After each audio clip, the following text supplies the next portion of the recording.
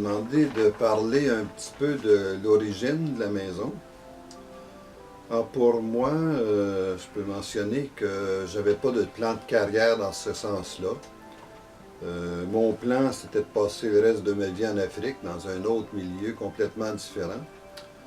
Les événements ont fait que je suis revenu au Québec et puis après mon hospitalisation, j'ai travaillé à Magog en dessin industriel. Et un jour, à travers Foi et Partage, une personne m'a interpellé au moment d'un souper chez elle. C'était Claudette Tremblay. Elle m'a interpellé pour un milieu, une maison, où on pourrait vivre Foi et Partage à plein temps. Un endroit où on pourrait prier ensemble, un endroit pour accueillir et aussi partager nos talents pour les tâches quotidiennes d'une maison. Ça m'est apparu comme un appel de Dieu, beaucoup plus que de Claudette Tremblay. Je ne savais pas du tout quoi faire avec ça. Je trouvais que j'étais pas la bonne personne pour ça. Je suis une personne plutôt timide, qui n'a pas confiance en moi.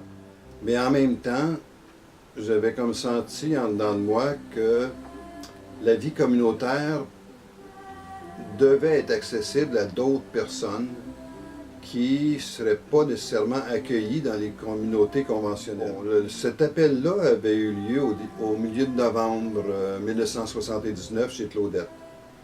Ça a été au début de 1981, avant que la lumière se fasse pour voir qu'il y avait quelque chose de possible, entrevoir. Alors la première démarche pour moi, c'était d'aller voir mon provincial, mon supérieur.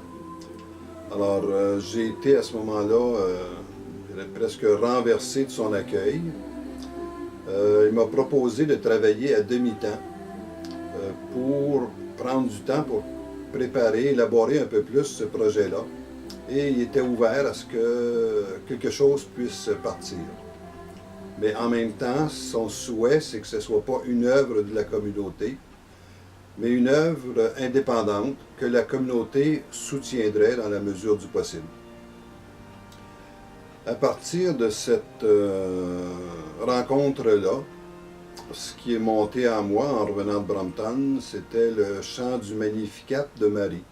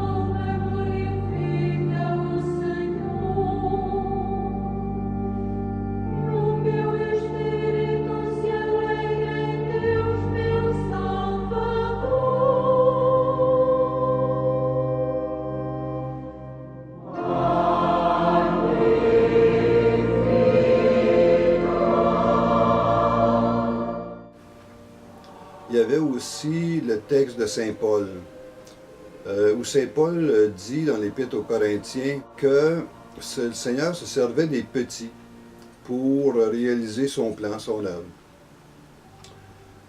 Bon, suite à ça, j'ai consulté auprès de Foi et Partage, puisque c'était à travers Foi et Partage que l'appel était venu. Alors, plusieurs personnes qui fréquentaient régulièrement Foi et Partage ont manifesté de l'intérêt pour l'ouverture d'une telle maison. Suite à ça, j'en ai parlé avec Monseigneur Fortier, voir qu'est-ce que lui en pensait, puisqu'il était l'évêque du lieu à ce moment-là. Monseigneur Fortier s'est montré très ouvert, même si c'était très peu d'éléments pour parler du projet.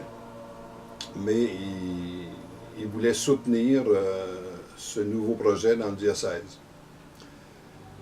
Ensuite, bon, bien, on a fait une démarche auprès du Québec pour incorporer la maison telle que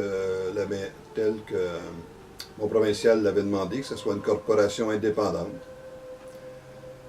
Et bon, on a reçu cette approbation-là. Il y a eu des personnes qui sont portées volontaires pour être les premiers membres fondateurs officiels sur le plan légal. Il y avait Céline Leroy qui vient de décéder il y a quelques semaines, Janvier Caron, un voisin et moi-même. D'un monde plus beau à faire ensemble. D'un monde nouveau. Aimer la vie, aimer ensemble. Bon, durant cette démarche-là, c'est là qu'on s'est rencontrés, une vingtaine de personnes de Foyer Partage pour essayer de choisir un nom à cette maison-là. Les idées ne manquaient pas. Mais celui qui est ressorti en fin de compte, c'est la Maison des Béatitudes. Parce qu'on voulait que ce soit clairement identifié comme un projet chrétien qui a sa source dans l'Évangile. Et aussi le sens que les béatitudes, c'est un petit peu une façon de dire on n'a pas tous les éléments en poche pour être heureux là, selon le monde, mais que malgré ça ou avec ça, on peut vivre heureux, même s'il nous manque plusieurs choses. Comme ça qu'est né le projet des béatitudes, et comme j'étais sûr que c'était pas mon idée, que ça ne venait pas de moi, que j'ai comme embarqué dans quelque chose qui m'a été présenté, mais c'était comme un signe que ce projet-là pouvait venir de Dieu. C'est pas quelque chose que j'avais mijoté ou concocté moi-même. Ça dérangeait, ça modifiait ce que je faisais, mon engagement à ce moment-là. Mais en même temps, je sentais que c'est comme s'il y avait beaucoup de vie qui pourrait jaillir à partir du projet là, qui a commencé au mois d'août 1981.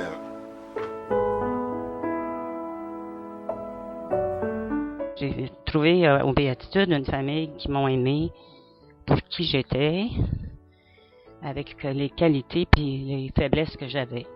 Ils m'ont assez aimé pour me dire, pour être capable de m'aligner comme il faut, que j'arrête à un moment donné. Et puis ça fait, depuis ce temps-là, ça fait 29 ans que je suis aux Béatitudes. Mais j'essaie d'être toujours là, d'être toujours, essayer d'être à l'écoute du monde, puis être présente pour à l'accueil. C'est à peu près ce que je peux faire de mieux présentement. Comment est née la communauté des Béatitudes? Ça va peut-être vous paraître drôle. C'est que moi, je me suis emmourachée, on pourrait dire, d'un type qu'on appelle Jean Benoît, qui est frère. Alors moi, quand j'ai vu Jean Benoît pour la première fois, j'ai dit, salut, gars, tu m'envoies le Seigneur. Parce que moi, j'étais écœurée de ma vie. Puis là, il est présent le frère Jean Benoît. Alors moi, je regardais qui c'était pour refaire ma vie en œuvre, puis c'était un frère. Oui, parce que j'ai toujours pensé que c'était l'amour, mais c'est toujours dans le texte que je l'ai trouvé, puis ça n'a jamais été un vrai amour. C'est lui qui était le premier dans le Foyer Partage, puis il faisait des jubilages. Puis, mon Dieu Seigneur, la première fois que j'ai été jumelée, puis il venait à la maison, puis après ça, il venait même à la maison avec ses frères, parce qu'il restait avec ses frères sur la rue Gaulle. Je sais qu'à un moment donné, j'ai dit, il devrait avoir une aide, te recevoir, puis recevoir d'autres monde. C'est toi qui as eu l'idée. Lui, il disait qu'il y avait de quoi, à un moment donné, il dit là, je le déclare, là, il dit, j'appelle les frères, puis j'ai un rendez-vous, puis il dit là, c'est aujourd'hui que je vais prier pour que ça marche. Et je suis sûre que tu vas l'avoir. Mais c'était à la Maison des Béatitudes. La maison ouverte quand? Ça, elle a ouvert le 24 août 1981. La Maison des Béatitudes, il y avait, quand j'ai rentré, moi, Justine, elle venait avec moi, c'était une maison ouverte pour les gens qui voulaient cheminer vers Dieu, puis s'adapter à apprendre à s'aimer en groupe. Moi, quand j'ai rentré le 24 août 1981, j'ai rentré pour de bon. J'ai rentré parce que la maison, elle s'ouvrait là. Mais il n'y avait pas de nom.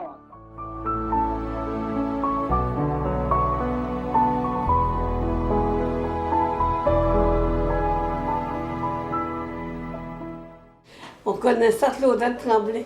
C'est comme ça qu'on a connu plus Jean Benoît et tout ça. Mais c'est Claudette qui a donné le goût à Jean de partir les Béatitudes. C'est parce que ça ne marchait pas, c'est Claudette qui a, tu sais, clamé la forêt.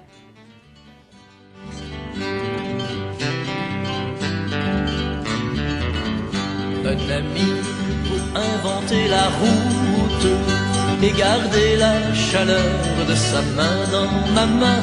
Un ami pour rester à l'écoute et poursuivre avec lui le chemin.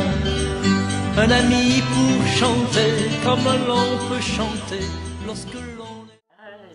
C'est Cécile Côté qui a porté le projet à la maison. La murale, c'est nous autres qui avons fait la murale. C'est ma fille qui a fait un dessin. C'est Lucie qui a fait un dessin. Ma petite nièce, elle avait 3 ans, elle était avec Lucie.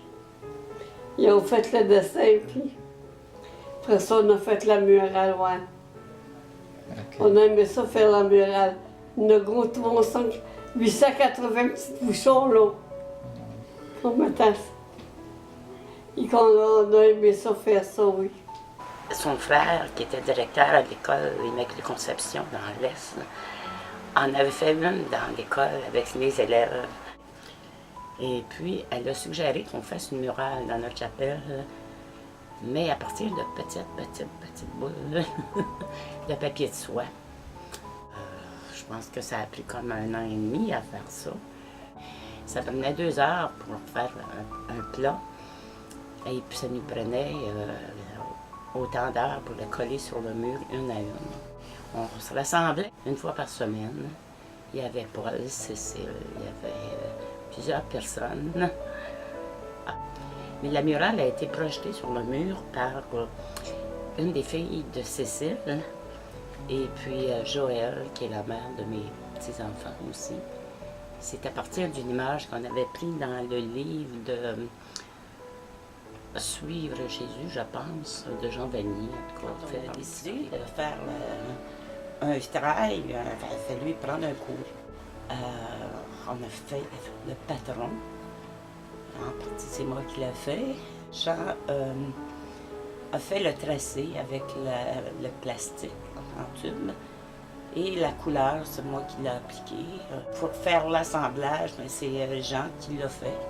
Les petites fenêtres en bas, ce sont des petites fenêtres que le frère Yves Légaré avait fait pour le collège de la chapelle du collège de Brampton, mais qui nous ont été données.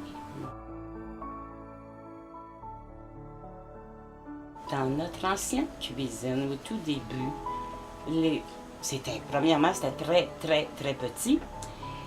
Les portes d'armoire étaient peintes en bleu royal.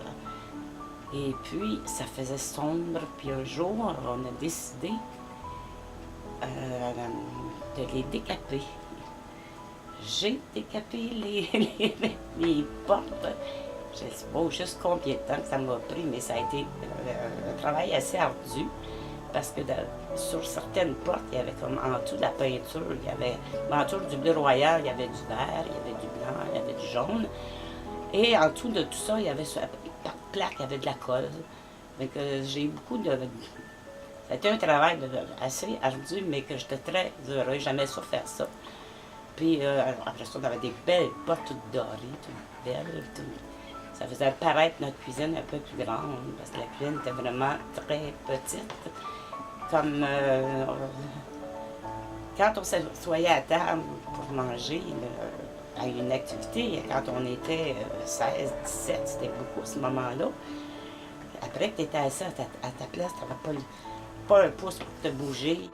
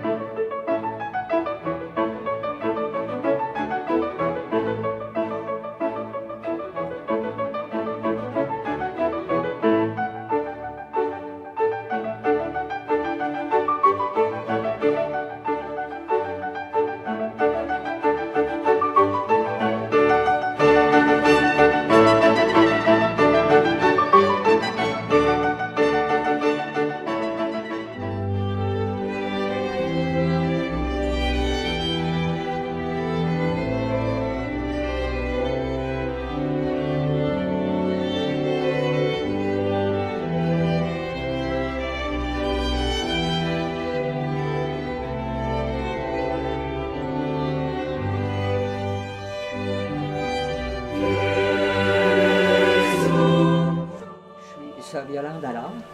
Je suis venue ici aux Béatitudes à la demande de Jean. Je me suis demandé comment ça irait parce que c'était très difficile. Ça a été l'époque de la construction, la première construction.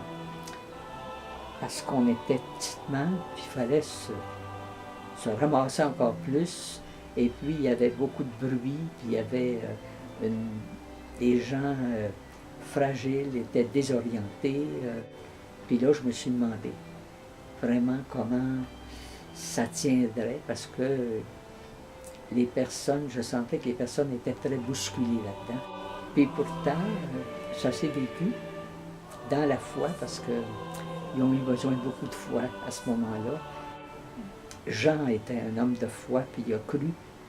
Il a vraiment eu la construction, puis après, les gens étaient contents, parce que là, il y avait de la place.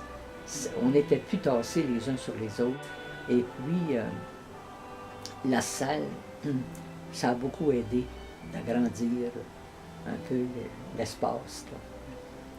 C'était pas la salle comme elle est aujourd'hui, mais il y en avait un allongement. Là, il y a eu toute une évolution, puis là, j'ai senti que ça y est, et que ça les mènerait plus loin. Puis il y avait des piliers, là, comme Jean, Jacqueline, il y avait Aline, même si ça ne disait pas grand-chose, il y a eu Noël, Denis Labrie, qui, avec son handicap même, je sentais un homme très heureux d'être ici. Puis Claudette, qui était ici, qui était une pièce maîtresse quand même, et qui a été très, très importante, qui a fait un cheminement admirable. Ça, je peux louer le cheminement de Claudette. Ensuite, il y a eu Normande, il y a eu Oriane qui est venue, et puis il s'ajoutait peu à peu des gens, Aline, et puis...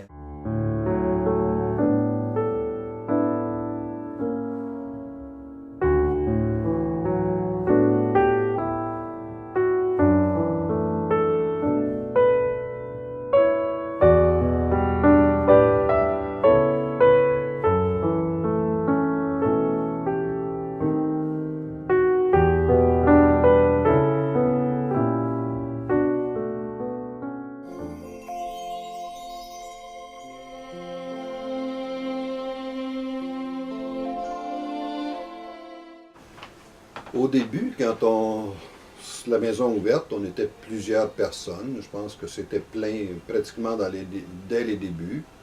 Mais il y avait beaucoup de circulation, les personnes venaient, partaient, d'autres arrivaient. Et c'était très hétéroclite. On vivait ensemble, mais on ne pouvait pas vraiment, je pense, parler de vie communautaire à ce moment-là. En tout cas, pas selon les critères que moi j'avais comme communauté conventionnelle. Et est arrivé un événement dans les premières années où une personne de l'Étoile de Bethléem, une autre communauté nouvelle à Sherbrooke, nous a invités à aller à la rencontre des communautés nouvelles. Alors on s'est rendu à cette rencontre-là et ça a été comme un moment important de déblocage où j'ai pris plus conscience que ce qu'on vivait était vraiment aussi de type communautaire, même si c'était différent de ce que j'avais connu. Et à partir de ce moment-là, bien, les décisions se sont prises de plus en plus en groupe. Et c'était plus moi qui prenais toutes les décisions sur tout. Alors c'était comme important, de cette ouverture-là, que chacune des personnes qui vivaient ici se sentent appartenant et choisissent ce qu'on vivrait ensemble. Après quelques années encore, c'est devenu plus évident qu'il y avait des personnes qui faisaient leur nid ici, et d'autres qui passaient. Alors, il y avait les internes qui vivaient ici, qui faisaient un choix, qui s'engageaient à un moment donné, et d'autres qui passaient. Plus tard, un certain nombre d'externes qui fréquentaient la maison ont dit, nous autres, on voudrait bien participer aussi, on se sent appartenant, on est un peu de la même spiritualité, c'est ce qu'on veut vivre, mais chez nous. Alors, on a comme ouvert un autre volet qui était la communauté externe des Béatitudes. Alors, il y avait la communauté interne, communauté externe. Quelques années plus tard, en continuant à cheminer, à partager, on a réalisé que c'était la même communauté, mais qu'il y avait des internes et des externes. Alors là, on ne parlait plus de deux communautés, mais d'une qui comprenait les deux groupes.